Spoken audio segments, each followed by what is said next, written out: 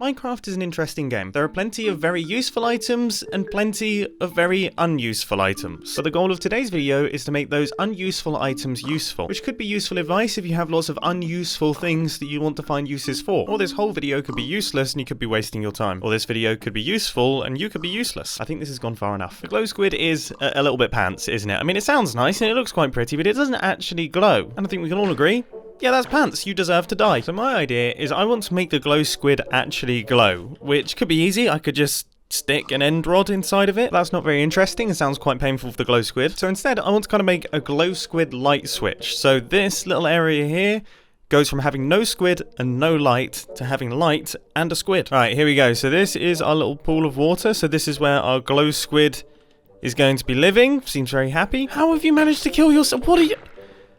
You're literally in what on earth did you do that for? So I've managed to stop the glow squid from dying, but there's a new problem, which is wherever I store this thing, its long tentacles keep clipping through the blocks, and it's ugly. I don't want to be able to see that.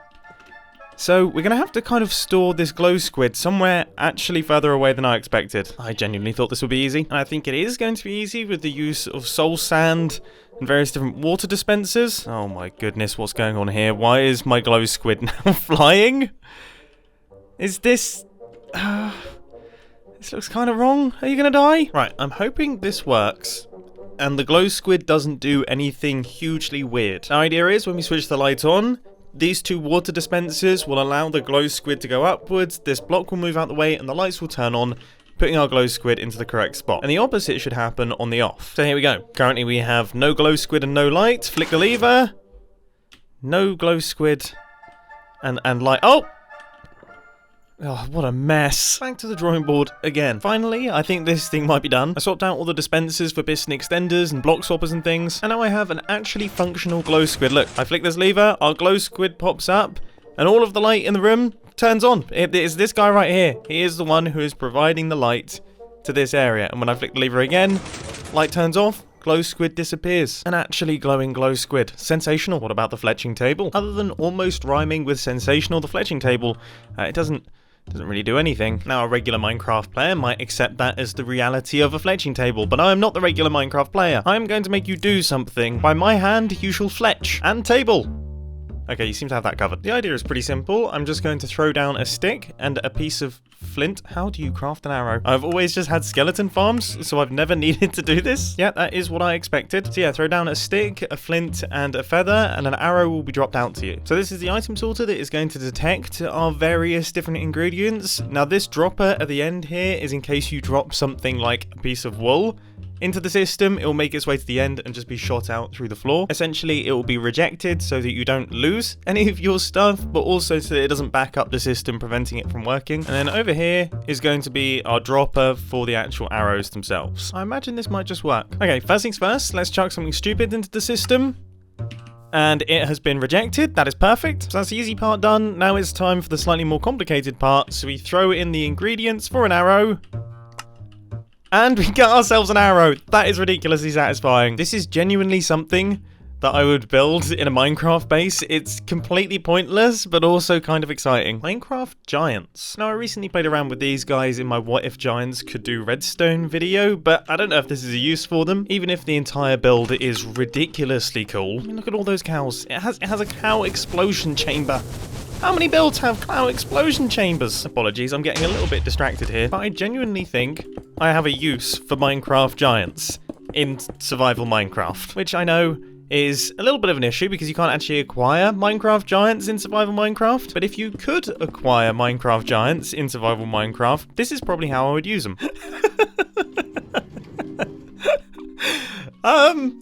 Well, this is this is slightly broken. I mean, I know Mojang has absolutely no need to fix this, as Minecraft giants don't really exist in the game too frequently, but there is something extra funny about this. But let's have a look. So their hitbox, oh my goodness, look at the size of a giant's hitbox. This is perfect. So the idea is that we're going to use a giant as a sweeper for a mob farm. So here we have a layer of ice, and if a mob is on this ice... Yes. Okay. This is going to be exceptional. I mean, Imagine. Okay, so that is 3 layers, and I think we've got room for 1 more layer, you know? But it is killing our giant. That is maybe a problem. Question is, do I get pushed off of this block? This doesn't cause damage to the giant, and I also get pushed. Excellent. So that means that we have 4 layers, and they're all kind of divided up by these glass panes here. So now I'm going to expand across, and that always comes with a certain amount of terror. Okay, that's maybe a bad sign, because based on my maths, they shouldn't have overlapped. I've realised my mistake, and that actually, I think that's worked. And now that I have the formula, yes, I know how to repeat it, which means I now have a giant mob farm. And as you can see, it's pants. It's a little bit rubbish. I mean, it occasionally pushes things out, but for the most part, I think there's so much going on that I don't think the game is really calculating hitboxes particularly very well, and things just are not getting pushed off in the way that I imagine they would be. So let's go back to the drawing board. Okay, maybe this might be a better option for it. It certainly looks like a better option for it. This thing's actually working pretty well. Instead of pushing the mobs the entire distance of the mob farm, it only has to push them off of the 1 block they're standing on, which is very, very effective. Is it the most efficient mob farm in the world? Definitely not, but have I found a use for Minecraft giants that actually does yield positive results? Yes, I have! And that's incredibly exciting, and it might just be the most ridiculous looking mob farm that has ever existed in the game. I mean, this thing is so stupid. You know what else is stupid? Striders, because striders are basically a guaranteed way to lose a saddle. As soon as you get off them, they just stride off. They just travel off into the middle of a lava lake, and you'll never see your saddle again. That is not a reliable method of transport. So what I want to do is I want to see if I can make a strider garage, a way to actually store striders so that you can like park them up and then know that they're going to stay where you left them. Now, I actually don't think this should be too complicated. I can almost use a technique that I've used in the past with minecart catchers and things like that. So I'm riding on this guy here.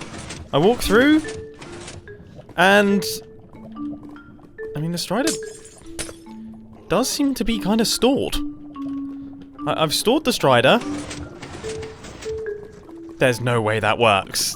It doesn't work. Excellent. But, I mean, we're definitely on the right path. This is crazy. Well, although the redstone isn't necessarily working, I definitely think this setup is significantly better. This is much easier access to my little strider. So now I just need to make sure that our garage door isn't left open when we leave. We want it to be closed, and then it opens when we arrive, and then closes down behind us. Because right now, I've got a garage door that is permanently open until I try to get into the garage, and then the door abruptly closes on me, which would make for a very frustrating garage indeed. So I've added this rather strange looking circuit right here, which removes the need for 1-tick pulses and the possibility of the block getting stuck in the wrong state, and instead just relies on the piston retracting and then re-extending whenever we interact with a piece of string. So now let's ram our strider into the garage and see if this thing is functioning. Okay, strider has been stored.